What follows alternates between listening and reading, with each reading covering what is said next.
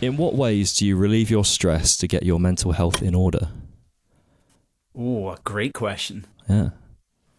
I've got a few things I do then. So, I mean, the easy answer is really just to say like physical exercise. Like I'm quite big into bouldering or rock climbing, so I do that from time to time. And for some reason, like every single musician I know now rock climbs or boulders. I did it for a bit.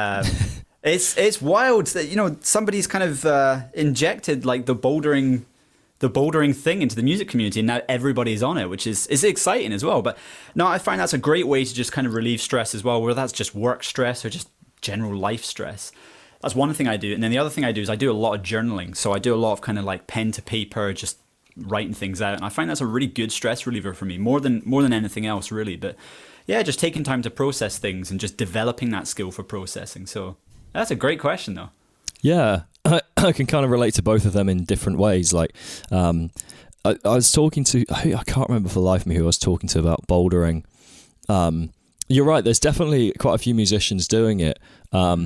And I think the closest thing I can think of as to why it's the case is there's an element of problem solving. Like I've started going to the gym a fair bit recently, but there's no problem solving to be had. You just lift things up and put them down, or pull things and push them, whatever. So all you got to figure out is how to ask the massive guy on the machine next to you if you can jump in with him. Like that's the only, you know. Whereas obviously with bouldering, it's not.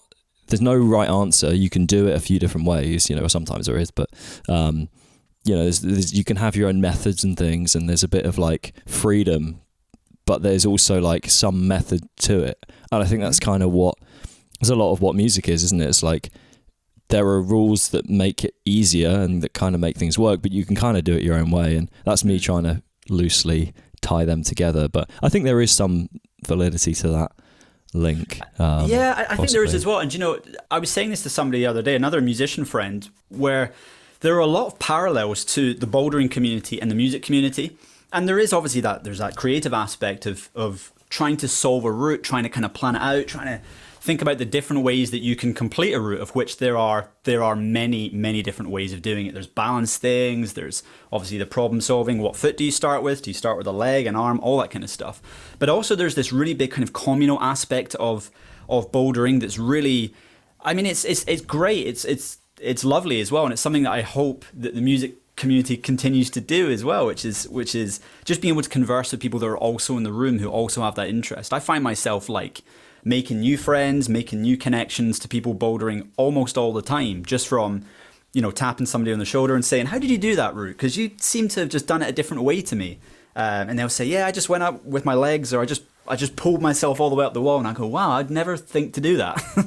But, you know, it's nice. I found like it's a supportive community in the way that the music community absolutely can be as well. Somebody taps you on the shoulder, and before you know it, you've got a new climbing partner, you've got somebody that can spot you, you've got somebody that can give you tips as well. And it's really lovely just having that crossover, that parallel. And I think for me as well, there's a really nice thing about the ego death of going climbing and having to start straight from the bottom again, because I'm a terrible climber. I'm not good at all. I am vertically challenged. So when it comes to just learning new things, I sort of have to ask advice. There's nobody else that's there that's going to give me a hand. So I have to kind of tap somebody on the shoulder, say, how did you do this? How did you solve this? And yeah, I found that pretty much everybody that are in those environments, they're open to that discussion and that connection as well, which is lovely. Yeah, I can kind of, there's been a few times where I've been climbing and, you know, just someone's, you know, every now and again you get the unwelcome advice where you're like, stop trying to help, like you're just trying to tell me that you know how to do this, you're not trying to help me here. But then there's most of the time people come up and they're, you know, or you can ask someone, and yeah, again it's a bit like I said, when I go to the gym, I'm not really talking to anyone, I'm just kind of doing my thing.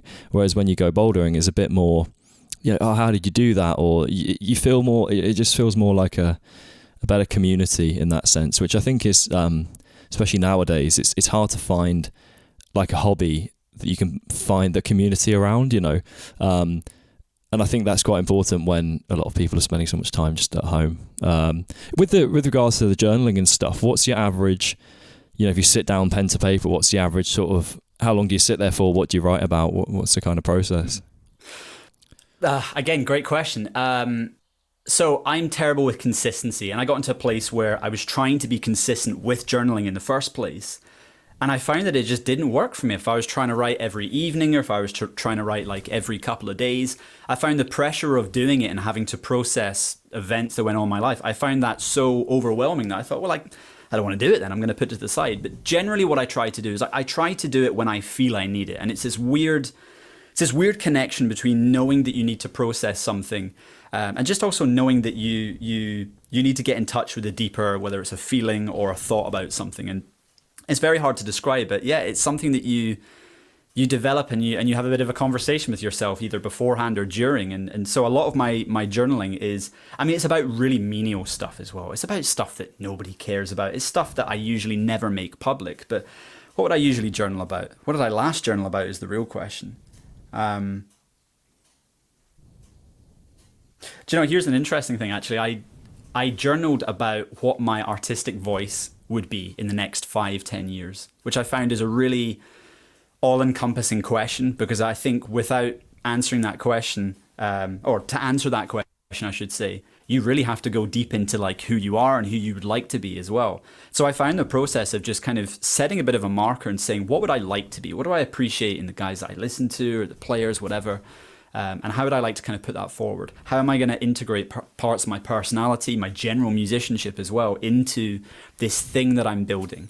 And I found it a really interesting thing because, you know, it starts off as this letter almost to myself saying, I want to work on this stuff because I really want to get this into my playing, and I want to have a sound that's really recognizable for ABC. And very quickly it dives into personal feelings about the world, about how I want to be treated, how I want to treat other people as well, what I value from people hearing my music and what I value from hearing other people's music as well. And again, it's an all-encompassing sort of circle in a way, in that you can't ask the question without begging another question about who you are, what your purpose is, all those sort of things. And so, yeah, it's kind of one of those journals that's got a few chapters, should we say? Yeah, I think to answer any of those questions, you have to kind of go a bit deeper into it. Like one of the most profound conversations I've heard recently. Have you heard of Dr. Gabor Mate? Yes, yeah. So Hungarian doctor. Huh? He's a Hungarian doctor. Yeah, and he sounds like he's just a doctor for Hungarian people. That's it. Like, yeah, and he was talking to Tim Ferriss about, and they did like an exercise of like, when was the last? I can't remember what the actual question was, but basically he asked him about a time when he got sort of angry about something, you know, or like upset in some way, and it was like he wanted him to identify what the emotion was. And he went through a few. He said, well, he was angry, and that's obviously one.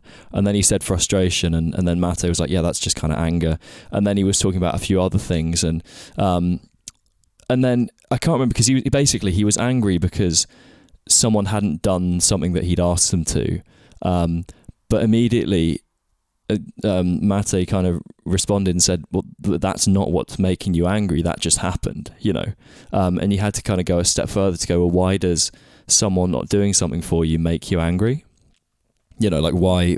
Then you have to sort of go a step deeper into your own kind of uncomfortable psyche as to like, well, yeah, why does them not helping me, or, you know, not do? And then he was like, oh, well, I don't like being treated disrespectfully, or I don't like, and then it's like, well, why don't you like that? And you know, you end up in this rabbit hole. And I think you can do the same thing as to, you know, why do you want to sound a certain way? Well, I want to sound unique. Well, why do you want to sound unique? You know, and you can end up with this quite fundamental thing to you that I think is quite important. So I'm trying to, that's a long way around me saying I need to journal more. But like, I don't know, it's one of those things. I would push back on one thing you said. I'm kind of the opposite to you, where I feel like the time I need to journal the most is when I don't need it, because when you don't need it, it's so easy to forget, you know. And it's the same as a lot of things. When you're in relatively good shape, you don't feel like you need to exercise, because you're like, I'm in decent shape. Like I'm in kind of okay shape now, so I could just lay off the gas and then I would probably get out of shape. And then suddenly it's that much harder to get back into it, because you're not in the right mental space to then say start working out, or, you know, vice versa. So I actually feel like what everyone could do with a bit more of is consistency with these things, like maintenance of, you know, things like, it's a bit like guitar playing. You know, if you get really good at something, it's really easy to just stop doing it. But really, you should try and remind yourself that, okay, I do need to keep learning new songs, or, you know, transcribing things or whatever, because it can go, you know. It can, but I also feel that, to push back on your point as well. Nah, stop it. I find that there is an obsession in the modern era that we're in now. There's an obsession with consistency across all things. And unfortunately, and I do say this for myself as well, so this is of a point of self-interest, I guess, but I think consistency can create a feeling of either dependence on having to do something to get through the day, or dependence on having to carry out a certain amount of actions before you're able to do ABC, whatever it is. But I also think as well, like, if you're able to value what it is that you're doing, so journaling in this sense is a great kind of subject to talk about. It's something that I know I could sit down and force myself to do. But I know that for most of those days that I force myself to do it, I'm not going to write anything that's genuine. I'm going to waste paper, really, and I'm going to talk about stuff that, you know, the odd time I might uncover something. But if I really value it, and I think, yeah, it means something to me, and it works when I use it, I don't have to worry too much about the pressure of being consistent, about the pressure of trying to resolve an issue.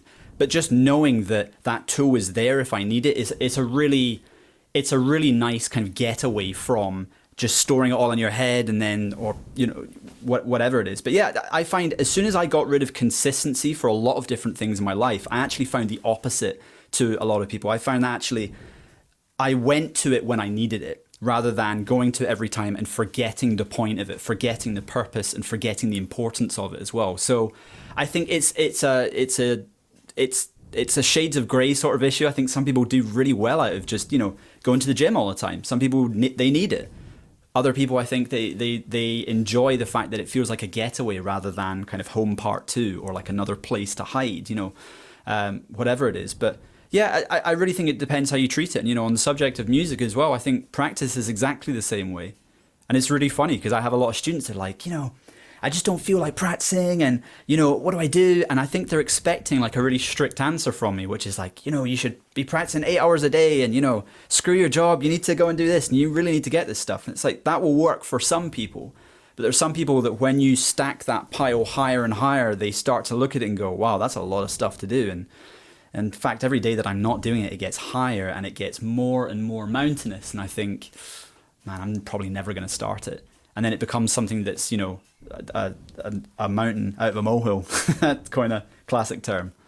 Yeah, I definitely kind of, I definitely get that myself, you know, as much as we both teach, and I know that feeling of just trying to start that process can be quite tricky, when you feel like, it's the irony of kind of, I always find doing 5 minutes of something is better than doing nothing normally. But then, you know, I'll sit there and do 0 minutes, and then kind of, because I have that mindset of, oh, well, I don't have 4 hours to do this, so I'm not going to do any. But I still had like an hour, and I could have still done an hour, and, you know, and that's not, I'm not neglecting it because like I don't want to do it, but because sometimes I'm like, no, I need all this time to do this, that, and it's just, it feels like just sort of procrastination in disguise, you know. And I don't mean that in a sort of critical way to me or anyone else. Like, I think it's just an easy habit to build of like, if you don't have the whole day off to dedicate to one thing, and then, you know, you get that one day off, and then you have your coffee, you go to the gym, or you do whatever, you email some people, and then suddenly you're halfway through the day anyway, and then you're like, I guess I'll have to wait till next week. I find I'm trying to work my way out of that now, and just use the time I have in the little spaces that I have it. Like today, for example, so I've got this podcast, and I've got a lesson about an hour from when we're sort of done. So I'm like, what do I do with that hour? And I know I need to eat, so then that will take half an hour. So I've got half an hour. I'm like, what do I do with that? Do I just sit there? It's like, no, I can do something with half an hour. So trying to be, what are you like with sort of managing your time? Is that something you're good with? I generally am pretty good with that, I have to say. I'm somebody that's I've got a really strong work ethic when I put my mind to something, or when something needs done as well.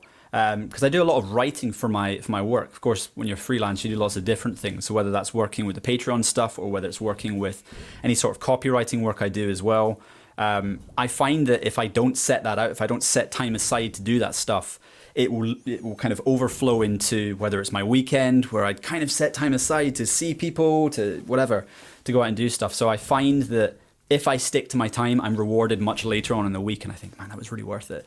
And I think, you know, funnily enough, my time management has only improved after having bad time management, because that's when you really feel consequence and you go, oh man, I've just worked 7 days out of 7 days, and actually I could have avoided this by just being a bit kind of more, just better with time management, honestly. So yeah, I'm not too bad with it. I'm not super regimented when it comes to kind of noting the hours that I do and that kind of thing.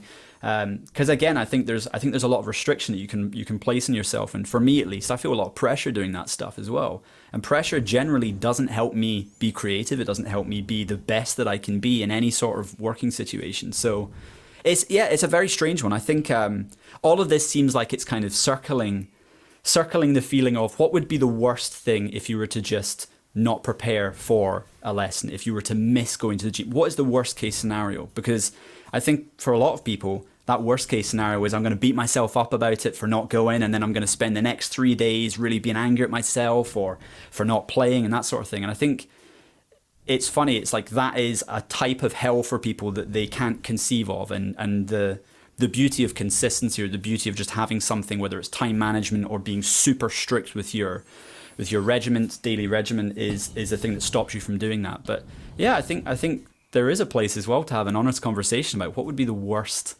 possible scenario if you were to miss this. Because I think there's a lot of learning in that as well. It's like I say, like you kind of have to have bad time management skills before you go, oh, this is why I need good ones. I'm late for everything. I need to improve this. Yeah, I don't know if it was either Seneca or Aurelius or someone that said that like we suffer more in imagination than in reality, you know, and I think it's true. Like, I think it's entirely true. I think that's pretty much only where we suffer for, you know, I mean, there's the obvious, right, where stuff, but like a lot of it is created, and that's not to demean, you know, people go through some pretty shitty circumstances, but certainly when it comes to the day-to-day stuff, a lot more of it I think is in your head than anything else. And I really liked you know, you get some of these motivational speakers, I have to sort of pick and choose how much I listen to, because sometimes you listen to so much, you're like, Jesus, like you said, the consistency, you can almost feel like you're sort of burning yourself into the ground. But that Jocko Willink, you know, big Navy SEAL guy, he's a bit much at times, but I liked one thing he said, where he said, like, each new day, the count is 0. Like, you start again, and it doesn't matter what you did yesterday. And you can look at that two ways. You can look at that as, doesn't matter how great you were yesterday, you got to get on it today. Or you can say, it doesn't matter how shit yesterday was, it's a new day, you're here now, and just do what you can with, you know, even if you wake up late. Like, I woke up a bit later than I wanted to today, because I didn't sleep so well. But it's like, well, so I wasted like an extra hour and a half of my day or whatever. Well, like, I've still got loads of the day left, you know, but I could have gone into that, and I sort of half woke up with a bit of a crappy mindset, but I sort of fixed it a bit with a bit of exercise. And it's like, I think that idea of just, doesn't matter how yesterday went, good or bad, you know, you can use that kind of fresh start each day just to do what you can with, rather than, I don't know, letting yesterday, for better or worse, drag over. Because I think even if you have a really great day, you can then just get complacent and do nothing, and then kind of end up starting the negative cycle again. So, which is why it's important to have those tools too. You know, whether it's journaling or it's exercising or it's practice or it's simply going outside or speaking to friends. It's like, the sharper those tools are, the more effective they are. It might not be that you need to use them every day, but man, if those tools work for you, then you'll find in those, as you're saying, like, you'll find in those slumps, which we all have, regardless of where we're at with life, you'll find that those tools are useful as long as they're there, they're current, and you know that they work and you trust them. It's, yeah, I think you're dead right about it. And I agree. I think for the most part, I can't personally live by motivational speakers, but I can take little things that they say and think, that's really useful, that really works. Or if I trial this, how is this a new tool that I can factor into my life? And, you know, oftentimes there is something in there. Yeah, there's real value in it. Yeah. With regarding, like, I know you put quite a lot of stuff out online, and there was something I sort of encountered recently that I'm interested to hear your sort of take on. So I think you saw I started putting out some reels for my teaching, just like little 30, 60-second clips. And what's funny is, so I've been doing the podcast for about a year, probably over a year now, and I've been putting those reels out for like 3 and a bit weeks. And if you look at the TikTok account of my teaching reels versus the podcast, I've already nearly got as many followers on the teaching reels in 3 weeks as I have in a whole year of the podcast. And it's one of those things where you can really do a glass half full, glass half empty approach. You can go, I just did a year of that podcast and have nearly caught up in 3 weeks. Or I could say, oh, the teaching's going well, you know. But what it did make me think about was how we value, basically how we're kind of, I feel like, being instructed to value things in a certain way. Like, I think, you know, I could very easily go, oh, well, I guess people don't value the podcast, or maybe people really value the teaching. But it's maybe a bit of a weird lens to look at it through, because it's not pure value, it's just what people enjoy scrolling through, which isn't necessarily the same thing. I don't know if that's kind of something that I don't know what you think about that. I just wanted to sort of vent that and see what someone thinks about it, I guess, was my... I think it's hard. If we're talking about value and we're talking about putting content on platforms, I think what's so hard about it is you are at the mercy of, you know, the the magical algorithm, for one, which nobody understands, and some people make a living off of pretending to understand, but truly, we just don't know. I find it's really interesting in that I've dug deep over this over the years, whether it's through Instagram or TikTok or YouTube, and my audience is everywhere. I have audiences in the States, I have audiences, actually a new kind of emerging audience as well, I've noticed recently, over in Indonesia, over in Malaysia as well, which is really fun, and obviously there's people in the UK. So the time that I post will hit different people. So sometimes I'll mess with it. I'll post in the morning, I'll post in the afternoon, and it completely affects when people see, or if people see, what I'm putting out. Now the problem with that is if I put something out that I've poured my heart and soul into, or I think is really useful, or I think is actually giving value in some kind of way, and then I attach the idea of value being the amount of views, the amount of shares, the amount of likes, whatever it is, the amount of comments, then I might be disappointed when I realize, do you know what, half of your audience, half of your organic audience, rather than new audiences, half of your organic audience isn't even seeing it.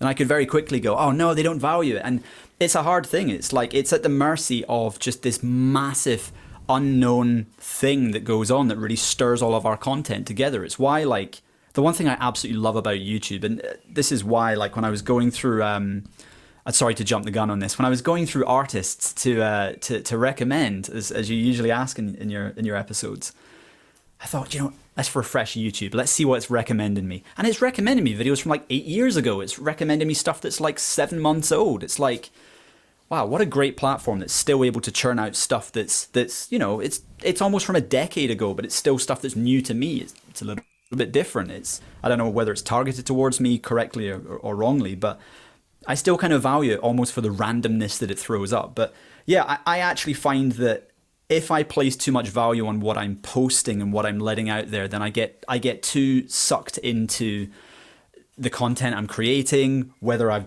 done a good job on it. And so I actually have a new approach. My new approach is really just to make it, put it out there, and just close it down and go for a walk. And I find that people will gravitate to it, people will see it, whether they do or don't. And there's only so much marketing that you can really do. But yeah, is that in the kind of ballpark? Yeah, I agree with you on YouTube as well. Actually, weirdly, it hasn't occurred to me. Although it's one of those things, until someone says it, it doesn't occur to you that it does. Like that conversation I said about earlier, it was about 3 years old or something, but I still wanted to watch it just because it, Whereas you're never going to see a 3-year-old Instagram reel pop up. Like that doesn't happen. You're not going to see a 2-month-old Instagram reel pop up. It's what's so sad about Instagram going towards Reels, which it's popular, and hence why YouTube have done the same as Shorts as well, because it's pushing up content that came out tomorrow, basically. It's pushing up stuff that is so current. So you're always getting ahead of what's happening. But the problem is it pushes towards the back any sort of longer form content or any content in terms of, because people forget this. Instagram used to be a site that was about people posting pictures on. That is gone. That's never prioritized in any sort of list. So, it's weird. These platforms, as much as we want to believe that they are a little bit different from each other, they're all working off of the same business model for whichever one is kind of keeping people's interest and keeping people's attention the longest. And I don't know, I think there's something both cool and also really sad about just content getting shorter and shorter and shorter, because unfortunately it is becoming in some ways a lot more meaningless as well. It's becoming so much more forgettable. Which I think is a big shame. Yeah, it's a weird. Yeah, I don't know how. The thing I encountered when I put up the teaching reels is I could very much see that. It helps having, it's an HD camera, and it's like the quality, like video and audio, is higher than the podcast generally is, because oftentimes I'm reliant on the guests like stuff. So if they're just using a webcam, it's like there's only so good I can make that look and sound. But like I noticed, there's one reel I put up a few days ago that got about 13,000 or something, not that I'm counting, on like views. I was like, oh, that's quite a lot. And I could see that a lot of people had saved it and liked it and stuff. So I can tell there is, it feels like there's an element of meritocracy to a degree, but the problem is the merit is kind of things like audio production, video production, catchiness. It's not necessarily merit in terms of true value. You know, if you could do a valuometer, you know, next to the thing, it's like if I see a super HD clip that's just funny but provides me really no value beyond just entertaining me for 10 seconds, I'm more likely to send that to a friend because it's funny, or I'm more likely to, you know, engage with it. And it's only a short little video, so according to Instagram, I might watch it a couple of times just because it's right there. So I think like there's an element of meritocracy, but it's just not in the place where I think it suits like creative people. I think it's in the place where it suits businesses and stuff, which kind of leaves, especially as like, have you found that that's kind of ever impacted this kind of short form world, has impacted anything in your musicality at all? Absolutely, definitely. I think for the most part, that as a point of honesty, I think every musician has had that experience of getting kind of sucked down the wormhole of like, you know, you get a couple people will find a post that you've put out and then kind of grows a little bit, and you can sort of almost rest your ego in it, or almost kind of think, right, that's kind of who I need to be. And I've had this thought honestly over the past couple months now, and it's grown stronger and stronger and stronger. And that to me is an indication of two things, one of which I need to kind of journal about, but also another of which means that the feeling, the experience isn't going away, which is I realize when I'm posting online that I'm now starting to see myself as a different musician in person from the one that I'm posting. And I think honestly, if you were to sit a lot of musicians down who make their money, who get their students, whatever it is, who run their business through posting clips of them playing, whatever it may be, short of, you know, live performance, which you don't really have a whole lot of control over. But I think a lot of them will find that, yeah, there's a lot of manicuring that goes on. There's a lot of kind of picking and choosing of things that you think would work, things that you think are going to grab people's attention in that, you know, 1 minute window to 30-second window to 5-second window as well now that we're dealing with. And I think, again, it's another situation where for me, I kind of had to address it and be like, am I putting a genuine version of myself out online? Because if the answer is no, what am I doing? And I think it's a question that everybody has to ask. It's why it's, you know, it's a sore point, especially for the music world now, in that we all want to be seen as running genuine, real, down to earth, realistic social media profiles. But honestly, when it comes to marketing yourself in any sort of, you know, business sense, whether it's for an album or whatever it is, you are sort of bending reality a little bit. There's a really great Black Mirror episode I saw years and years ago, and it's something to do with like hyper realism, which is that technology creates this really fake environment, this really fake world that we all live in and we all kind of feed into, but ultimately it's so far removed from, you know, the environment in which we actually live. But it's very strange. It's like a superimposition above what it is we're actually experiencing, and you can get sucked into that and believe that you know that is your reality. And it's hard. I always think as well, and it's why I've taken a lot of approaches to just step back from social media as much as I can, whether that's removing certain apps or just getting rid of notifications as well, because I think it's really, really easy for your own musicianship to get sucked into believing, well, if this wasn't popular when I did it, then it must not be good, or it must not be valuable.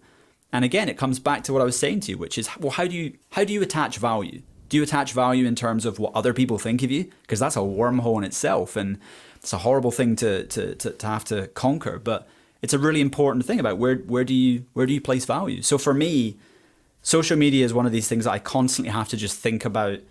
Am I doing something that's valuable for me? Am I putting a genuine version of myself out? As much as it might be a little bit flashy, a little bit doctored, okay, is it still me? Or am I doing something that I saw worked, was popular, or garnered views? And yeah, it's a big ego trip, I think, social media. And for me, it's been huge to just sort of get away from it and really reassess who I am as a player, who I am as a person as well. Because ultimately, and I honestly can ramble all day about this, but ultimately when you get students that hear about you through online stuff or from your playing online, I think there's always this thought at the back of your mind of like, I really hope they see who they think I am.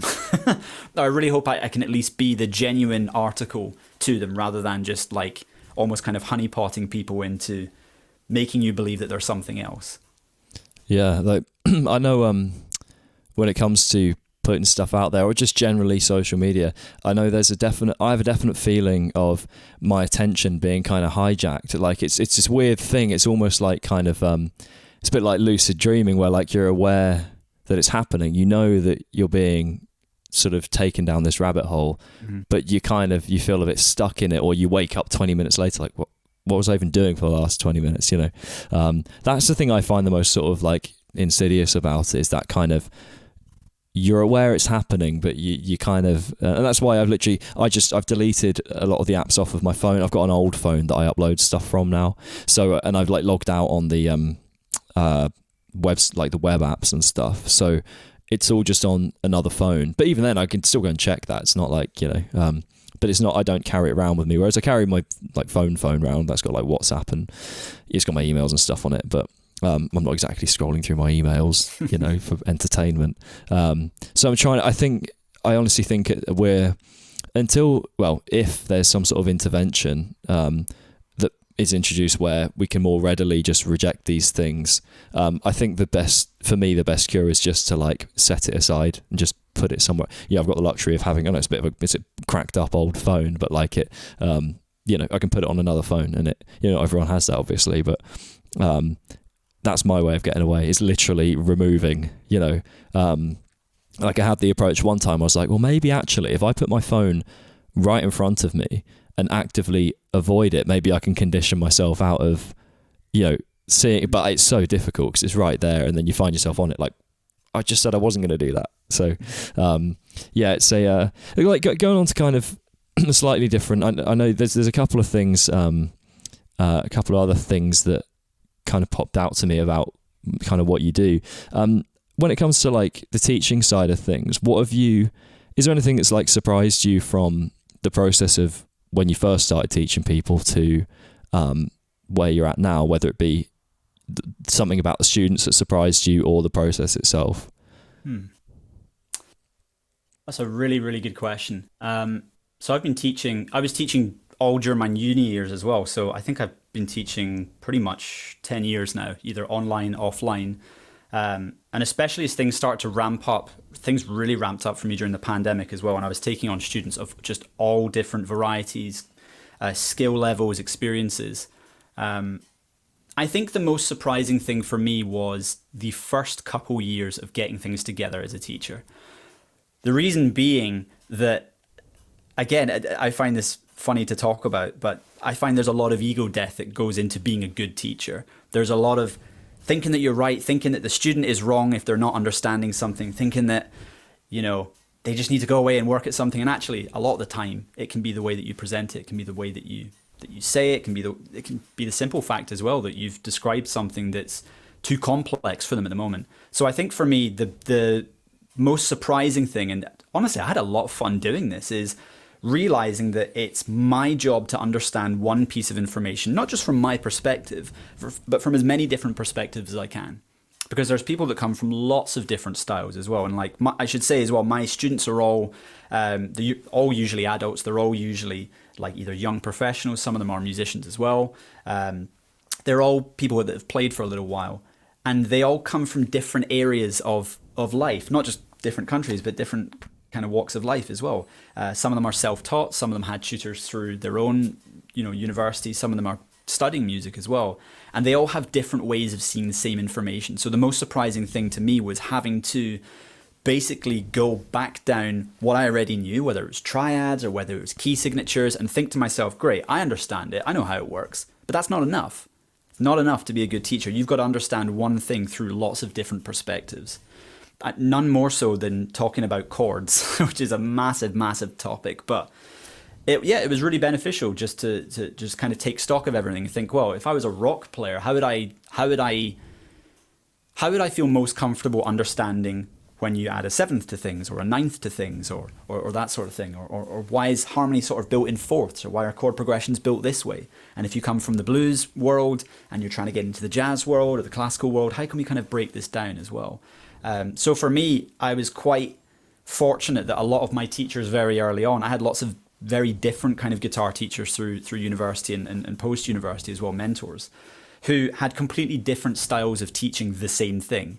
And it was great for me, because it was like, great, grab as much as you can, try to really put something together that's a syllabus or a pedagogy for you, sure, but make sure that you can edit it when needs be. You can simplify it, or you can kind of ramp it up when you need to as well. So that was the most surprising thing for me. I'm curious rather what the most surprising thing would be for you. That's a good question. It's an excellent question.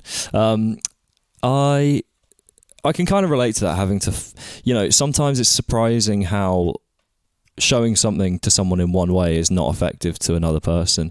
I think, and also the other thing is I look back on, so for example, when I've got together with these reels that I'm putting online, I went through some old emails, just to get, when I send the summaries of the lessons and stuff, I was like, okay, I need to just get an idea of some of the things. A lot of the stuff was in my head, but I wanted these little snippet principle-based things where I don't have to teach a lick or something, because that feels like a lot of time and effort into this 15-second video. Whereas if I can talk about principles, hopefully they can apply to kind of beginner through to advanced. Maybe the advanced players aren't going to take as much on board, but there will be some that help them.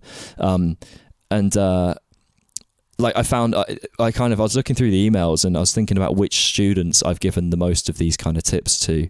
And I realized that through the first year or so of the emails, it's I'm not even going to look at these, because they're just not as useful as the stuff I'm teaching. I'm just better at doing it now. And I think you assume because you know something that you can impart that knowledge exactly as you know it to someone else. And I've certainly had to rethink how other people think. It certainly makes you think quite consciously about and kind of monitoring in real time how well someone understands something and what kind of communication works for them. I feel like I'm a better communicator now than I was through the podcast as well.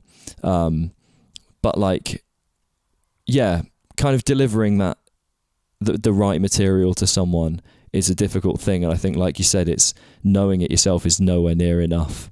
And I'm glad that with the teaching, obviously the nature of it is you get one student, then you get two and three, and then if I'd just been dumped with 30 students, I think I would have really struggled. Not knowingly, I would have been like, wow, great.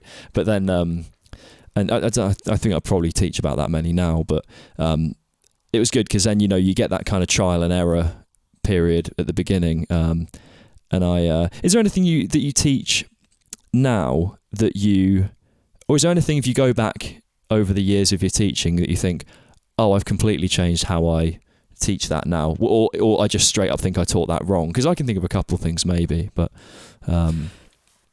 there's nothing that I felt that I taught wrong. I mean, I've edited basically some of my material as well. One thing I do is I just create PDFs. I create just stuff that kind of helps me describe the same topics to people 3 weeks from now, a month from now, whatever. So I find that sometimes there's small little editing things that I might need to do, but the information itself is not necessarily wrong. The big thing I found though was, and again, I can say this because a lot of my students are adults. They're people that are kind of self-motivated as well, especially if they're if they are people that kind of come up teaching themselves. But I found a lot of the time I was giving them almost too much information that they weren't being curious enough away from our sessions. So it would almost be okay, drip feed you an idea in this session, and then, or actually at the time it was feed you as much of the one idea as I can so that you are loaded with it, and then you go away, you come back the next week and you go, man, there's so much to work through, I'm still working on it. And actually what I found is that it helps to kind of focus what it is that you're doing in each session, but allow the student enough leeway and enough to explore and be creative with it. They can go off and find their own conclusions. And this is something that I often found, I criticized, it's hard to say, I suppose I criticized kinds of students that I would get sometimes and think, why are they not curious enough? Why is it that every session we're either going back over things or that we are rehearsing the same sort of material? And I realized, again, this is why I say it's a bit like an ego death. And I thought, I'm the problem. I'm the issue here. It's not the information, it's not the student. They're only doing what you set them out to do. It's me. And the thing I realized is I was so afraid of them walking away not having enough to work with that I would overburden them with things. And that was a big learning point to me, which is they're never going to feel creative if you just pour bucket on bucket on bucket of information. If you give them a small idea and say, hey, here's the idea, here's how it works, here's how you make a little bit of music from it. Go away and explore it. Come up with some ideas of your own. Next week we'll look at them or whatever. So yeah, I found that instilling curiosity in people was also about sort of removing how obvious the path might be, to coin a very kind of strange metaphor. But yeah, it doesn't always help people to have, a map of the 10-mile radius. It doesn't help people because then they think, great, well, I know what's here. I don't need to explore it for myself. Or they'll think, man, this is so huge. I'm not going to bother going down that path. I'm just going to leave it where it is. Or, it's too scary to start exploring. But in fact, it actually works if you give them that little 1-mile radius instead and say, okay, see what's beyond that. And then we'll correct it, we'll figure it out. And that's the thing that made me realize, as soon as I stopped overburdening people with information, trying to kind of worry of whether they were getting something, whether they weren't getting something, as soon as I stopped that stuff, I started to notice people getting curious for themselves, coming back and saying, hey, Jack, I just wrote a song that was using that, that chord or that scale that we looked at. Man, what do you think of this? Here's a lick. And it was like, great, you're now doing the upper echelon of what I hope for all of my students, which is that they're taking on board what's being done, sure, but they're getting creative for themselves. They actually feel like they're able to make music from the ideas that we're talking about, which for me is absolutely number one on the chart if we can get there. Yeah, it's funny. I can sort of relate in a really bit of a sideways kind of way, but there's a little kid that I teach. And he's interested. He's kind of interested in some ways, and in other ways not. And it's funny. I played quite often. I'll sort of have to be like encouraging him, like what kind of music do you like to listen to? Because obviously with the young kids, quite a lot of the time, it's about actually just finding what they like. And quite often he'll sort of say, "Oh, I don't really know," and and then of all the things that totally surprised me was I can't remember why. I can't remember how we got into it. We were talking about songs that end like albums that are just one big audio file that they've split into the tracks, so like the songs overlap into each other. And I played him like Parabol into Parabola by Tool, where it syncs perfectly into the next song, and he was so blown away. And I was like, what? Why? Like, I get that it's kind of cool, but I think like being open to what. Being surprised by those things is kind of another thing. Because like I said, I was just trying things and I was like, I guess you might find this interesting. And I played it and I could see his face lit up and he has no interest in Tool. So like, it was a really confusing thing. And there was another, Holding Absence have an album. And I think the whole album's like that. At least a couple of the songs pair up in that way. And he was so like astounded by this happening. And I think I definitely I know what you mean about overloading with information. I've definitely been guilty of that before, where obviously there's that other thing, if you're aware people are paying for your time, so you're like, you want to feel like you're giving them enough stuff where it warrants them paying you to be their guitar teacher.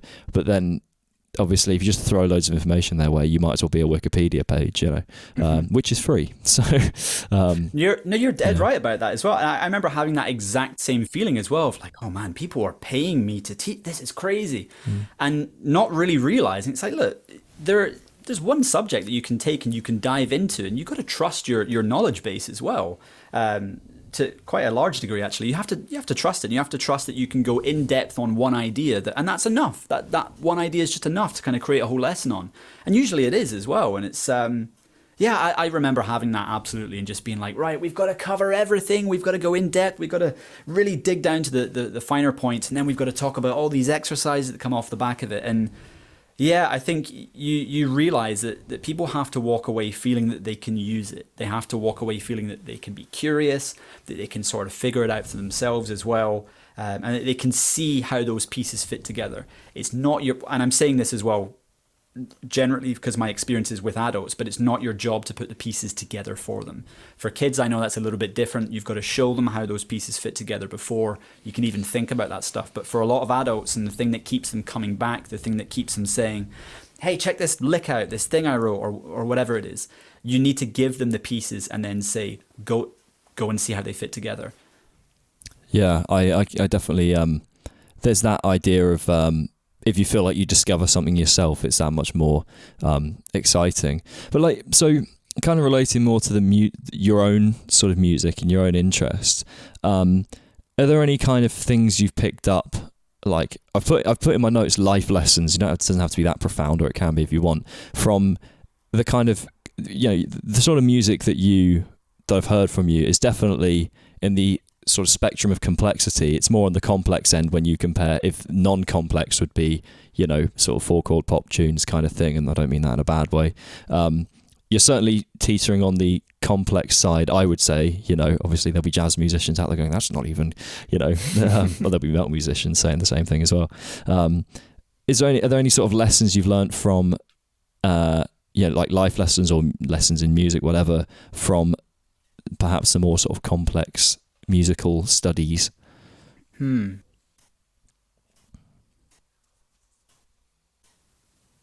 The answer is yes. I'm just trying to compile which one would be most interesting. Yeah. We can make them all into one big sort of pop-up book style confusing story, if you want. Yeah, a life lesson that's come from the kind of music that I'm playing.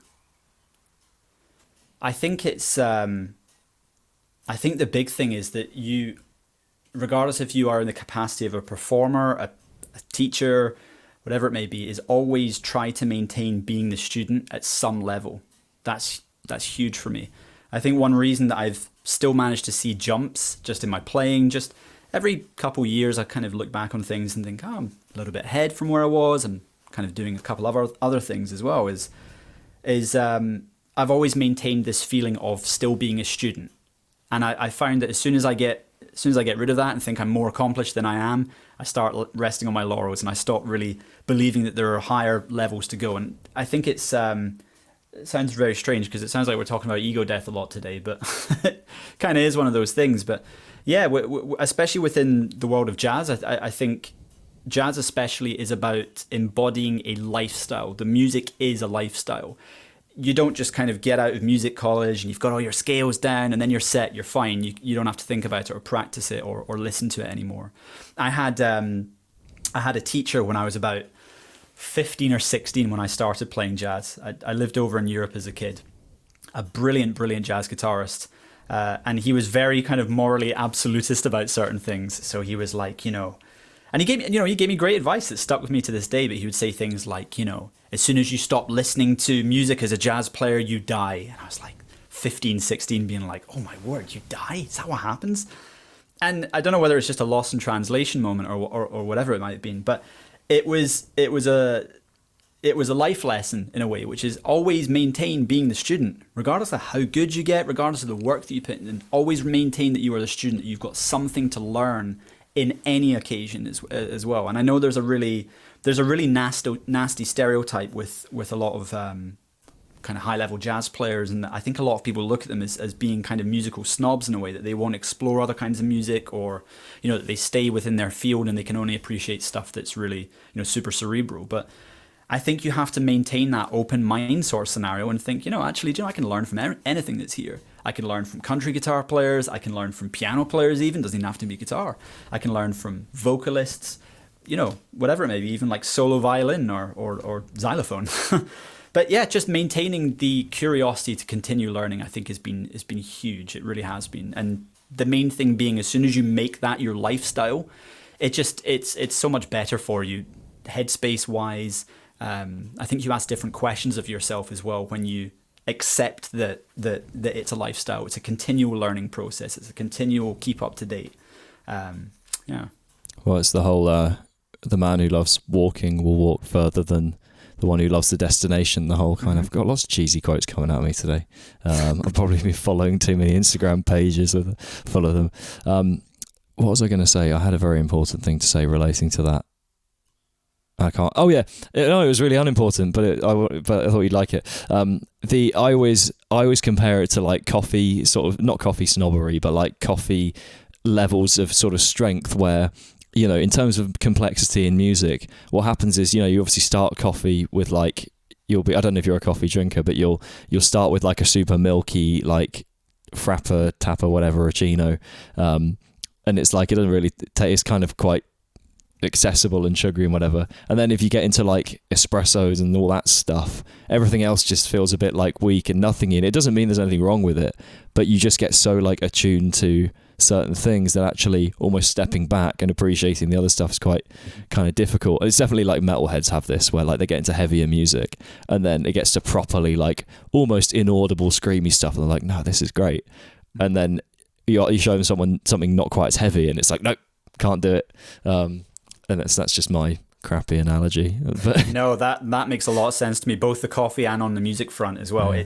You're right, your tastes become more attuned to kind of the finer things, if you like. You know, the same could be said for wine as well, or just a lot of different things really. But yeah, wine definitely is the same. Coffee is absolutely the same. But it's funny, I think the sad thing though is that a lot of people get that into their head, and it means that they can never enjoy the frappuccino again. It's like, man, there's time that it's nice to have that sugar boost when it's, you know, it's not an espresso, it's not like a Colombian roast, or, you know, it's not, but you can still enjoy it for that same kind of thing. I think music's the same way too, in that I think you still need to enjoy stuff that is not as complex or is just outside of your world of listening.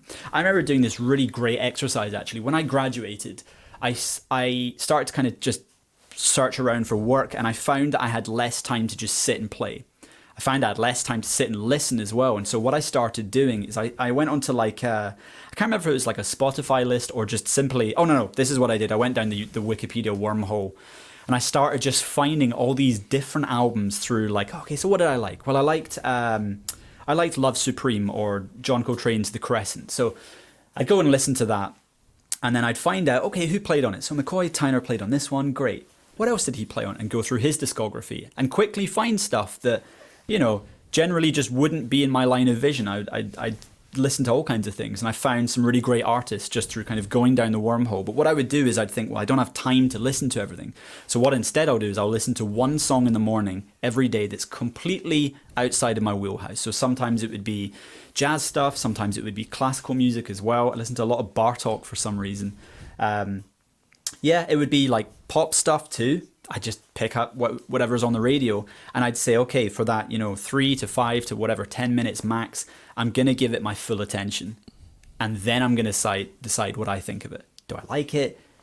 It doesn't really matter. It's the fact that I'm still training that muscle to just engulf new music that's outside of my horizons, and kind of widens my horizons that way, but it's outside of my general purview of what I would listen to. And I found it was a great exercise because it made me very quickly realize things about all just different kinds of things. I'd listen to like Indonesian gamelan as well and think, man, I really like the Balinese stuff, but the Javanese stuff not so much. And you begin to appreciate much more than just the culture that surrounds the music or the stuff that you understand. You begin to kind of appreciate all the other stuff as well that's completely new to your ears, which can be scary, but worth it.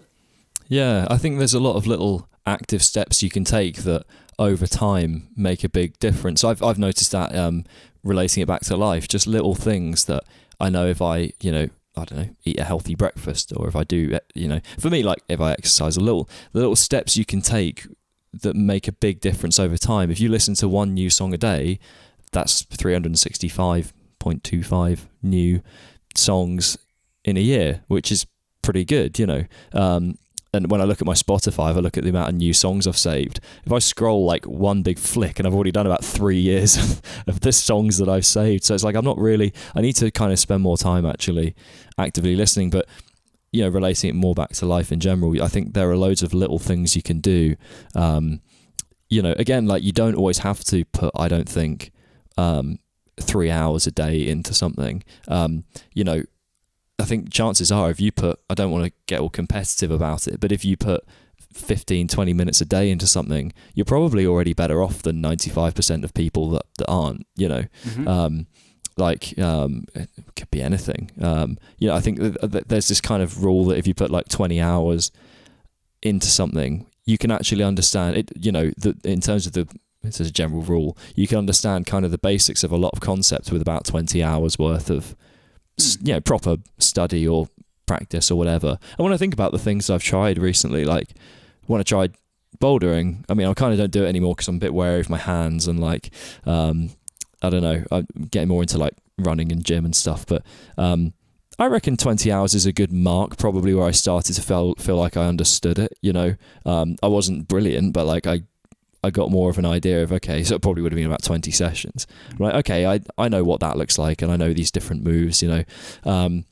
Like I'm tempted to do it with drumming. I'm tempted to do one of those videos, you know, the 1 hour, or like the 10 minutes, 1 hour, 10 hours, 100 hours, and see what my drumming's like.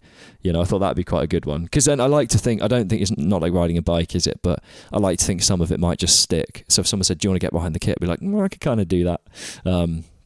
So yeah, have you got any, sort of last sort of question, have you got any things, you talked about your voice in the next sort of 5 or 10 years, have you got any small things that you intend to, or that you have picked up recently that have just changed, whether it's in your daily life or in music or both, that have just helped you out, or you plan to sort of pick up that you think will help you out?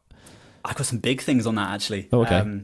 I think it's funny, you've actually caught me at a really interesting point, I feel, in my musical life right now, where I'm super open to just all kinds of music, playing lots of different stuff, because I also do a lot of session work here and there as well. And that can be really varied. It can be playing on folk stuff, pop stuff, hip hop stuff as well at the moment, which is great fun. Sometimes kind of some classical stuff too. But my world is quite varied when it comes to playing. But when it comes to kind of crafting a voice for myself, I found that that's something that I've benefited from actually putting some time into thinking about. So I, for a long time, was very kind of worried that I wasn't really standing out or having a sound of my own or something that was kind of recognizable.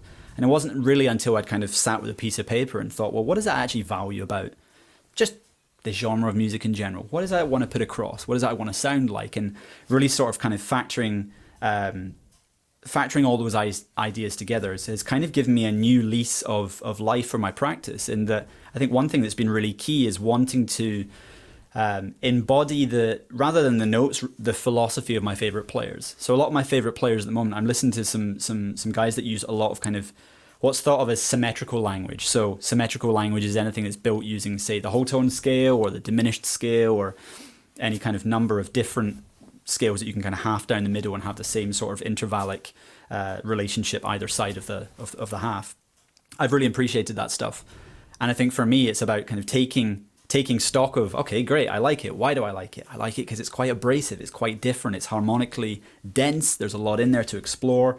But I found that for me to really dig into that, I have to sort of write my own language around it. And so I found it really exciting. I felt like I've been a kid again, in fact, just sitting and writing up all my new findings, new ideas, new pieces of language that I can play and use that I know they're me. They're not coming from anywhere else, but from me kind of sitting down and figuring how could this work? What would this sound like if I did this? So yeah, I find that myself at the precipice of something really, really different at the moment, which is being more proactive in what my voice is. So yeah, I've developed all these brand new kind of practice exercises, and I'm sure at some point it will it will culminate in a public video or a performance or whatever. But yeah, I found it really interesting philosophically to then start to be proactive in thinking about what I want to sound like and answering those questions. Nice, yeah. I can kind of it's been a while. I've kind of known this for a while in terms of about my voice, but I know that what I really like is the contrast of, and it's more thematically than kind of anything specific in terms of things like symmetrical scales and things. But although you did talk about sort of philosophies, I guess, which is a bit more sort of meta, but the thing that always gets me when I look at all the metal bands, I'm a big metalhead, when I look, and even rock bands as well, what I always enjoy is the contrast between harmonically and sort of melodically rich ideas, but quite tonally dark stuff. So like, I really like a really heavy riff, but with some soaring vocals. You know, when it's a heavy riff and crushing vocals, it's like, I get it and I like it, but in terms of whether it sticks with me, it kind of doesn't. I enjoy it in the gym, and it gives me a bit of a sort of like oomph, but the stuff that really sticks with me is like the sometimes, like the word used, abrasive, quite abrasive intervallic stuff that when with the right note on top of it from the vocalist, you're like, oh, that all kind of, a lot of these kind of like sort of sevenths and things that on their own maybe don't sound quite so, or particularly if you find there's some sort of minor second clash somewhere. Like I know it's quite popular in metal to use that kind of nasty minor second like thing to give a note a bit more of a like edge. But when you find these little intervals and fit and really the perfect vocal line, it has this really nice sort of it sounds, I don't know, it just makes it work. And I think that's what I like, but I think I need to get a bit more specific with that in my own head. So yeah, it's interesting how you've kind of approached that. It's funny because this is actually an exercise that I get a lot of my my more advanced students to do. I tell them this all the time because, again, I'm a big believer if practicing and preaching and sort of living by your own ethos and the stuff that you play. But I often tell my students about practice books, practice journals, and I've asked them to be as specific as possible when it comes to learning stuff, which is not just you sit down to play or you sit down to practice and I looked at the melodic minor scale today, or I looked at this chord, but actually getting a sense of whether you like it or not. I think that's equally as important, because that's the thing that takes you from being this mathematical or what's the word?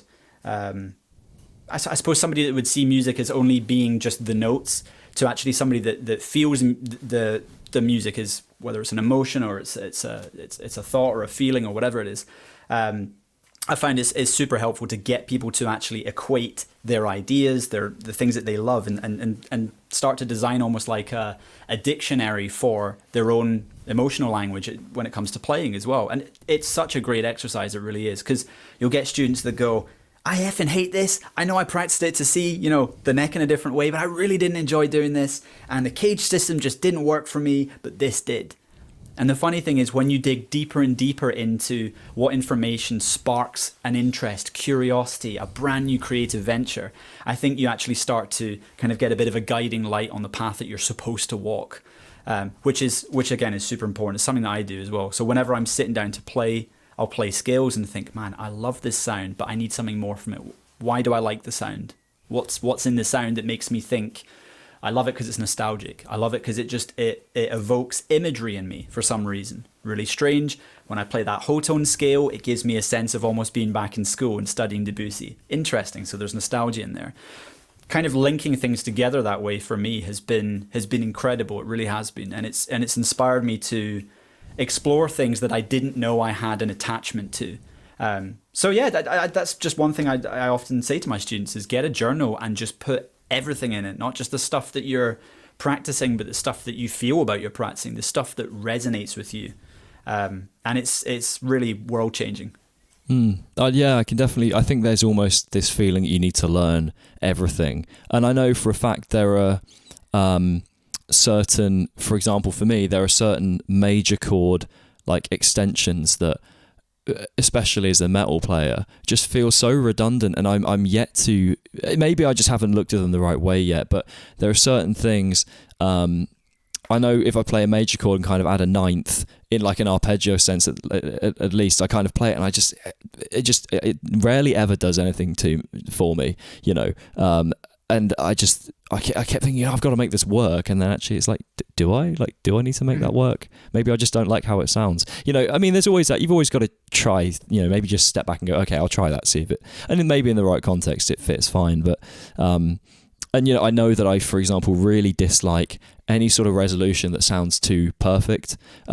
You're kind of like your harmonic minor, like major chord back to the minor sort of first. Every time I hear that, I'm like, oh, it's too. I know exactly where it's going, and it just like almost cringes me out, and I'm just like I can't. Yeah, so I just avoid that now, and I think there's my lesson, if I wanted to share one, would be like, I kind of think Steve Vai says something along these lines of, if you find something you like, just go with that. You don't have to do all the stuff you don't like, which I think is obviously, again, people are afraid to just bin stuff, or not maybe bin it, but shelve it. Yeah, I also think though as well, like I think there's a lot of people who are afraid of their own voice too, though. They're also afraid of just perhaps how different they can sound. Like, I'm a massive fan of Alan Holdsworth, and Holdsworth is just an unbelievable guitar player. If you've ever sat and listened to him, perhaps not. He's just so different. He's somebody that even now, if he popped up now in the scene, he would sound completely different to everybody. His ideas, his way of even seeing the fretboard are not like how anybody sees the fretboard. And I find what's so sad about it is one of my teachers when I was at university went to go see him back in like the late 80s or 90s, and said they went to go see him at Ronnie Scott's, and he was unbelievable. He played with a trio, so it was him and then bass and drums, and he just burnt the roof off the place. It sounded incredible. So all these young music students, my teacher included at the time, went off to go and talk to him at the end, and they said it's really sad how disparaging and how full of self-hate he was, really, about just, I don't feel like I'm good enough, I wasn't that good. And it's like there are literally 100 people in this room who cannot believe what they've just heard. It's unbelievable. It truly is just earth-shattering, and the only guy that can't appreciate it is the guy that's playing it. There's something really sad about that, about not having that self-acceptance in there. And I actually think in being able to kind of solidify your ideas, back up why you like something, maybe back up why you don't like something as well, like you were saying about, the ninth being in there, or perfect resolutions. Knowing why you don't like something as well is also important. But every time that you attach a feeling to it, a reason as to why you feel a certain way about it, I think you solidify your confidence in whether you do or don't do something. And I think ultimately, especially if you're to look at, like, again, I go back to the players that I really idolize and I listen to, they're all people who are so unapologetically themselves. I think none more so than somebody like Miles Davis, who was so unapologetically himself that I think he made a lot of people very uncomfortable at the time that he was playing. People were very wary of the fact that, and he was somebody that changed music like 4 or 5 times when it would be incredible if you changed it once. So yeah, I think that confidence that comes from being a musician, and that trust that you have in your own ideas, I think it comes from having that relationship to them as well, and saying, what do I like about it? What do I not like about it? What do I want to really show as being part of my kind of audio self-portrait in a way? I think that's a very wholesome, and I agree with it as well. It's a very wholesome note to close up on, because it's a nice. I've had it before. I don't know why it suddenly made me think of. I remember back in school when I had those parent-teacher evenings, and I remember I did psychology A level, and I was doing like okay, I think. And I remember my psychology teacher, ironically, wasn't necessarily the most communicative and didn't necessarily really understand a lot of kind of I don't know. She was an odd one, but she. At the end of my discussion, I can't remember, she just ended on a really sour note, and I think she could tell, like, oh, that wasn't a good place to end that. Like, I think there was sort of a look, I think my parents were there, and I was like, are we done on that? Like, that's, I was fine, like, but I think but he could be better at this, and it's like, oh, we're done, okay, cool. So yeah, it's nice to end on something. That's just my crappy anecdote. So if we could get a question to start the next conversation, and an artist that you'd like to share. Okay, I think my question for the next guest then would be, what was your last light bulb moment? Ooh, good.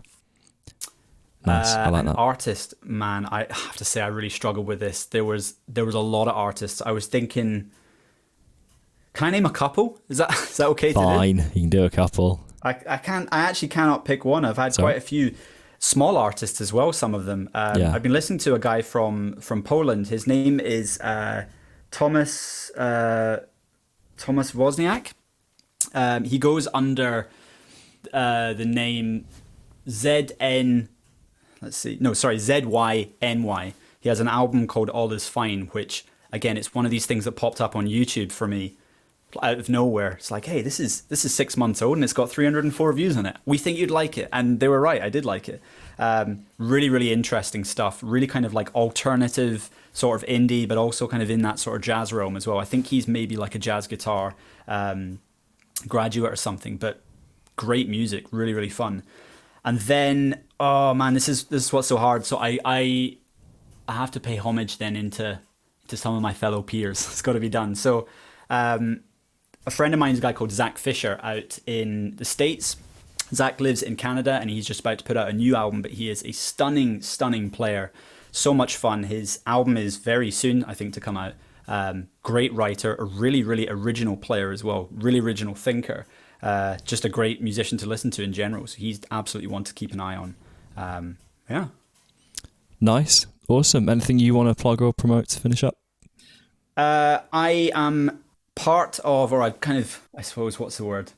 I'm kind of in this weird position right now where I'm trying to consider myself an artist. So I've been in the process of writing music for the past 2 or 3 years now, sort of since the pandemic.